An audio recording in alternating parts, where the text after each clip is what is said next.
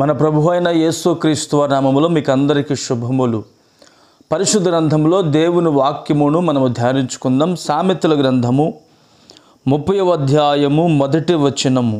దేవోక్తి అనగా యాకే కుమారుడైన ఆగూరు పలికిన మాటలు. ఆ మనుష్యుడు ఈతియేలునకును ఉక్కాలునకును చెప్పిన మాట. ఈ దేవుని మాట ఏమిటంటే ఆగూరు పలికినటువంటి మాటలు.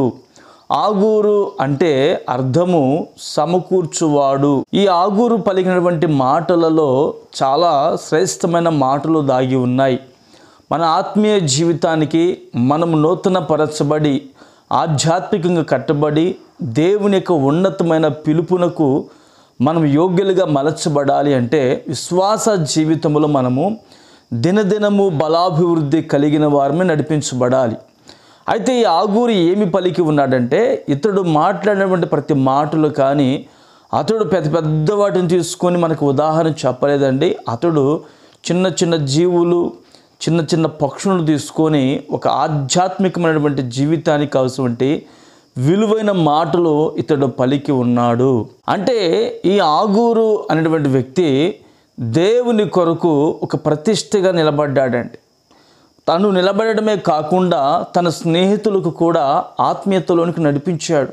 తన ఇద్దరు స్నేహితులను భక్తిలోకి నడిపించాడు. తన ఇద్దరు స్నేహితులను ఆధ్యాత్మికంగా కట్టబడే విధముగా చేశాడు. ఈ రోజున దేవుని వాక్యం వింటున్నటువంటి నీవు ఒక్కడవే దేవుని మందిరానికి వెళుతున్నావేమో, నీవు ఒక్కడవే ప్రార్థనలో నిలబడి ఉన్నావేమో. నీవు ఒక్కడవే కాదండి, నీతో ఉన్నటువంటి నీ స్నేహితులను కూడా, నీ శ్రేయోభిలాషులను కూడా, నీ ఆత్మీయులను కూడా, నీ కుటుంబస్తులను కూడా దైవ సంబంధంగా నువ్వు నడిపించాలని ఆగూరి రోజున మనకందరికీ ఒక మాదిరిగా ఉన్నాడు. ఈ ఆగూరి ఏమి సమకూర్చుకున్నాడంటే దైవ జ్ఞానమును, దేవుని యొక్క ఉన్నతమైన పిలుపును, దేవుడితో ఉన్నటువంటి సహవాసాన్ని ఈ ఆగూరు పొందుకున్నాడు. ఈ రోజున తన స్నేహితులకు కూడా ఆ దేవుని జ్ఞానాన్ని, ఆ దేవునితో ఉన్నటువంటి సహవాసాన్ని పంచి ఇచ్చాడు. మరి నీ జీవితము ఆగూరు వలె ఫలభరితంగా మార్చబడాలి. ఆగూరు వలె నీ జీవితం దేవుని కొరకు ఒక ప్రతిష్టగా నిలబడాలి అంటే నీవు కూడా ఆగూరు వలె దేవుని మాటలు పంచాలి, దేవుని కార్యాలు పంచాలి.